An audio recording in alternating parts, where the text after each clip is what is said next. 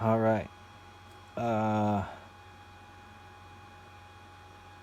Yesterday's video would have been 72-hour fasted. However, for whatever reason, the video became corrupted, and I can't upload it. I can't, and I'm not gonna redo it. But what I did is I read from this book. So we're gonna cover some books today for fasting. Oh, today is day 4, so the title of the video would be 96 hours fasted. 96 hours fasted. I don't know if you can tell by the cadence of my speech, but I am thinking clearly now. Just as I said, day 3 was done. I wasted what remaining solids I had in my body this morning, and I think I'm relatively empty. That was a huge relief in terms of the headaches, because once all the solid foods are gone, the body is not the body's not dealing with as much toxins. But yeah, the morning was a little rough until I passed, and then drinking water and more water, and I went for a walk. You can hear I notice a clarity in my thought. I notice a clarity in my speech. I don't know if y'all do. Also, the timing, I'm not exhausted. Usually I waited to do the vlog until the end of the day, but still, I'm able to maintain these energy levels much more going into day 4. Just as, typical. Anyways, some of the books that I like to read, I tend not to read anything that requires like a deep, I tend not to read any of this kind of stuff, I tend not to read any of the fantasy type stuff. These are some of the books I have on my bookshelf from when I read when I was younger. The type of books that I like to read,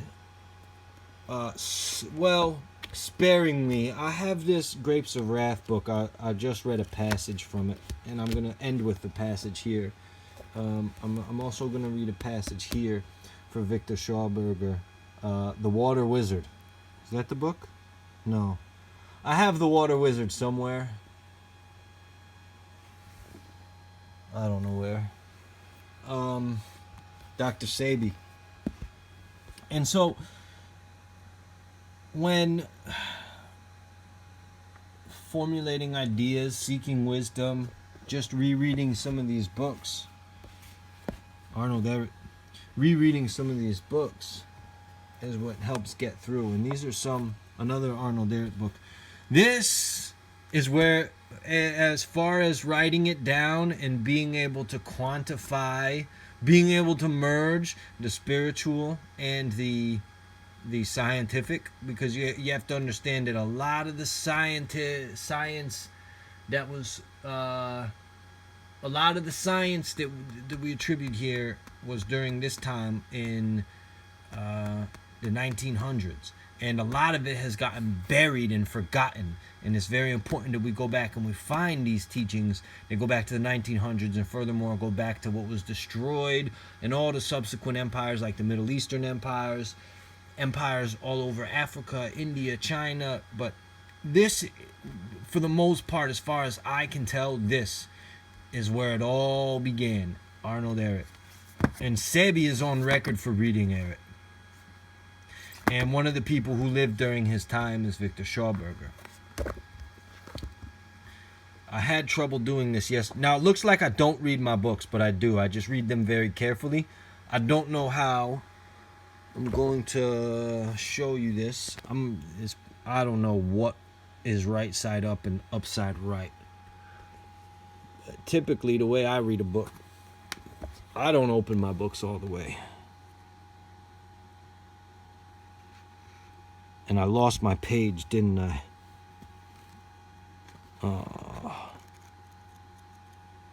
No, it's right here.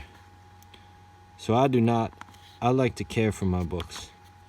Anyways, we're going to read something because it pertains to Dr. Sebi.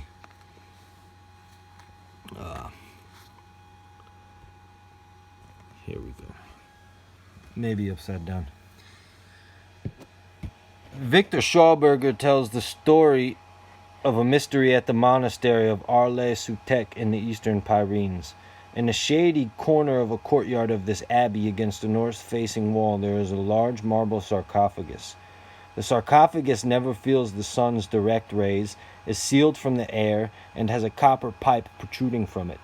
In this sarcophagus, water with marvelous health-giving properties appears. From no discernible source, it has been doing so for at least 700 years. Where does the water come from? The monks considered the origin and healing properties of the water such a mystery that they offered a reward for its explanation. At the time of writing in 2009, the reward had still not been claimed. For Victor Schauberger, the origin and high quality of the water were not a mystery. Every spring that gushes out of the sarcophagus of the earth is as much of a miracle as the water in the sarcophagus in this Pyrenean abbey. Every spring that rises naturally because of its inherent buoyancy and is protected from the sun's rays has the potential for the same health-giving properties in the sarcophagus. The preconditions were met. It is cool and dark. The water is sealed in its marble vault so that no oxygen can touch it.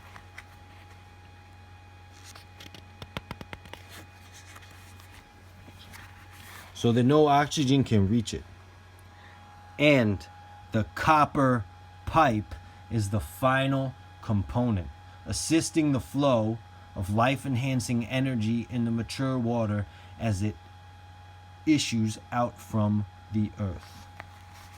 Literally, written by Victor Schauberger here, the source of life comes into being when the ethericities of earth bind those of heaven.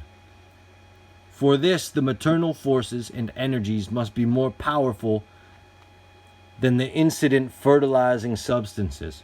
For if the process takes place in reverse order, then fire is created. Victor Schauberger was known for creating anti-gravity crafts in the 1920s.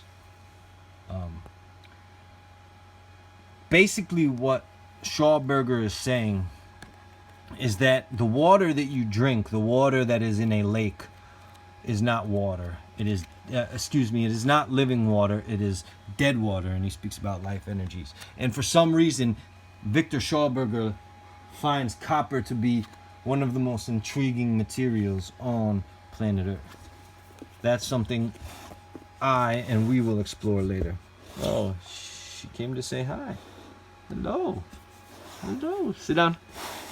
Kiss the camera. Kisses. Good girl. All right, now go away.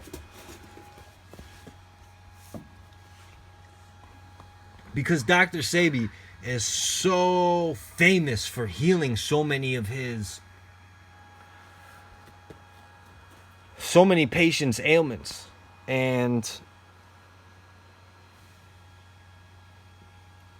one of the things that humans don't get enough of is pure hydrogen. Pure hydrogen can be found. The hydrogen gas that I'm speaking of is the life essence of the water. Hydrogen gas can be found in glacial runoff. This is hydrogenated water, and it's something that is on the markets, but you have to be careful with what you buy. I myself am not familiar. I myself am not an expert in the field of knowledge as far as hydrogenated water goes, but there are natural sources, and we can manufacture it. Basically, oxidation is like is one of the main causes of aging and just the breakdown of the way you remove oxidation from your body is simply by adding hydrogen molecules. Think about it. Anyways, that's why I'm honoring Sebi, and that's why I'm honoring Schauberger. One of the great people in regards to fasting is Buhner.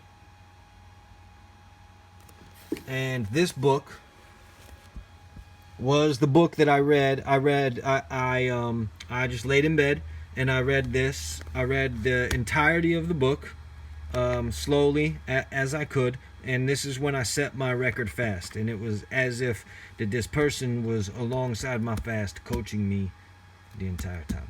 So 10 minutes into this one. I don't know how long this will take, but this is the Grapes of Wrath, and this is a segment that I title The Beast, and I have it, if you'll excuse me. It is page 47 to 54, 53, 53, 54. Now, this book I bought from Goodwill, so I fold this thing open. I don't care. This is... look.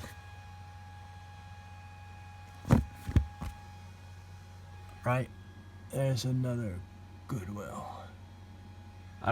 Sometimes I take the stickers off. I bought this Jack London book for $2. Anyways. Let's get back to the lesson. I titled it The Beast, and I want everybody to think about this. Think about everything, this whole meaning of the fast. The whole meaning of fasting. Y'all ready?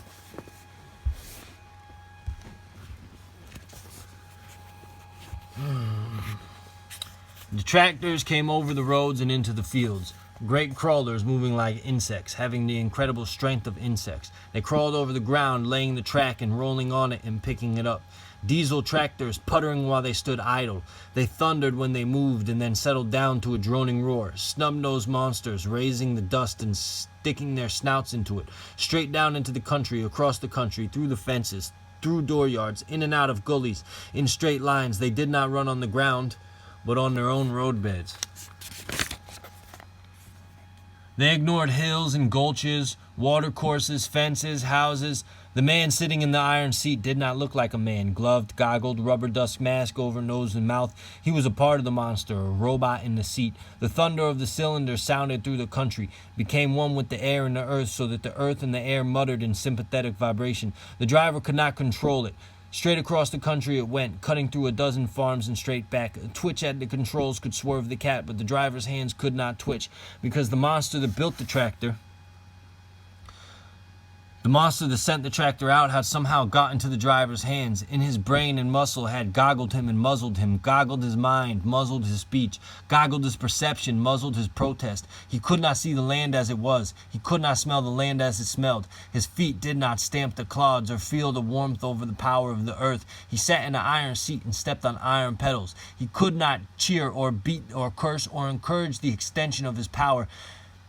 And because of this, he could not cheer or whip or curse or encourage himself. He did not know or own or trust or beseech the land. Excuse me. If a seed dropped, did not germinate, it was nothing. If the young thrusting plant withered in drought or drowned in a flood of rain, it was no more to the driver than to the tractor. He loved the land no more than the bank loved the land. He could admire the tractor, its machine surfaces, its surge of power, the roar of its detonating cylinders, but it was not his tractor. Behind the tractor rolled the shining discs, cutting the earth with blades, not plowing but surgery, pushing the cut earth to the right where the second row of discs, and it pushed it to the left, slashing the blades, shining, polished by the cut earth, and pulled behind the discs, the harrows, combing with the iron teeth so that little clods broke up and the earth lay smooth. Behind the harrows, the long cedars, 12 curved iron peens erected in the foundry, orgasms set by gears, raping methodically, raping without passion. The driver sat in his iron seat, and he was proud of the straight lines he did not will, proud of the tractor he did not own or love, proud of the power he could not control. And when that crop grew and was harvested, no man had crumbled a hot clod in his fingers and let the earth sift past his fingertips. No man had touched the seed or lusted for the growth. Men ate what they had not raised, had no connection with bread. The land bore under iron, and under iron gradually died, for it was not loved or hated. It had no prayers or curses. At noon, the tractor driver stopped sometimes near a tenant house, and opened his lunch. Sandwiches wrapped in wax paper, white bread, pickle, cheese, Spam, a piece of pie branded like an engine part. He ate without relish, and tenants not yet moved away came out to see him, looked curiously while the goggles were taken off and the rubber dust mask leaving white circles around the eyes and a large white circle around nose and mouth. The exhaust of the tractor poured on, for fuel is so cheap it is more efficient to leave the engine running than to heat the diesel nose for a new start. Curious children crowded close, ragged children who ate their fried dough as they watched. They watched hungrily the unwrapping of the sandwiches, and their hunger-shaped noses smelled the pickle, cheese, and Spam. They did not speak to the driver. They watched his hand as it carried food to his mouth, and they did not watch him chewing. Their eyes followed the hand that held the sandwich. After a while, the tenant who could not leave the place came out and squatted in the shade beside the tractor. "Why, you're Joe Davies' boy." "Sure," the driver said. "Well, what are you doing kind of working for against your own people?" $3 a day. I got damn sick of creeping for my dinner and not getting it. I got a wife and kids. We got to eat. $3 a day, and it comes every day." "That's right," the tenant said, "but for your $3 a day, 15 or 20 families can't eat at all. Nearly 100 people have to go out and wander the roads for your $3 a day. Is that right?" And the driver said, "Can't think of that. Got to think of my own kids. $3 a day, and it comes every day. Times are changing, mister, don't you know? Can't make a living on the land unless you've got 2, 5, 10,000 acres and a tractor. Cropland isn't for little guys like us anymore. You don't kick up a howl because you can't make Fords or because you're not the telephone company. Well, crops are like that now. Nothing to do about it. You try to get $3 a day someplace. That's the only way." The tenant pondered. "Funny thing how it is. If a man owns a little property, that property is him. It's part of him and is like him. If he owns the property only so he can walk on it and handle it and be sad when it isn't doing well and feel fine when the rain falls on it, that property is him. In some way he's bigger because he owns it. Even if he isn't successful, he's big with his property, and that is so." And the tenant pondered more. "But let a man get property he doesn't see, or can't take time to get his fingers in, or can't be there to walk on it. Why? Then the property is the man. He can't do what he wants. He can't think what he wants. The property is the man, stronger than he is, and is small, not big. Only his possessions are big, and he's the servant of his property. That is so, too." The driver munched and branded pie and threw the crust away. "Times are changed, don't you know? Thinking about stuff like that, don't feed the kids. Get your $3 a day, feed your kids. You got no call to worry about anybody's kids but your own. You get a reputation for talking like that, and you'll never get $3 a day. Big shots won't give you $3 a day if you worry about anything but your $3 a day. Nearly 100 people on the road for your $3 a day. Where will we go? And that reminds me, you better get out soon. I'm going through the dooryard after dinner. You filled the well in this morning. I know, had to keep the straight line.